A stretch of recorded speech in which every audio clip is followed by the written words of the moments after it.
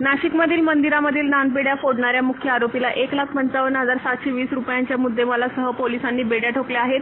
शुभम उद्धव मगर, वय वर्ष 20, row house number 3, Ashoknagar, नागरी चौक, सातपूर, नाशिक. आरोपीच्या ताब्यातून 1,55,720 रुपये किमतीची रोख रक्कम आणि गुन्ह्यात वापरलेली बजाज कंपनीची पल्सर मोटरसायकल जप्त करण्यात आली आहे.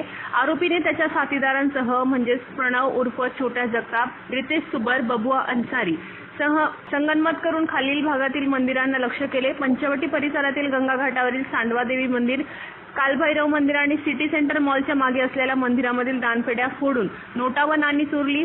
यांच्याशी संबंधित पंचवटी पोलीस ठाणे आणि गंगापूर पोलीस ठाणे येथील गंभीर गुन्हे उघडकीस आलेले आहेत.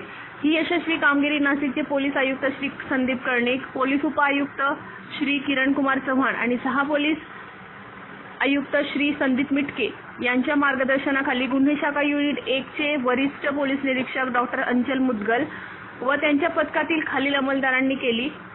पोलीस हवालदार प्रवीण वाघमारे, संदीप भांड, नजीम खान पठाण, योगीराज गायकवाड, मिलिंद सिंग परदेशी, प्रशांत मरकड, रोहिदास लिलके, मुक्तार शेख, अमोल कोस्टी, शर्मिला कोकणी, मनीषा सरोदे आणि अनुजा येळवे.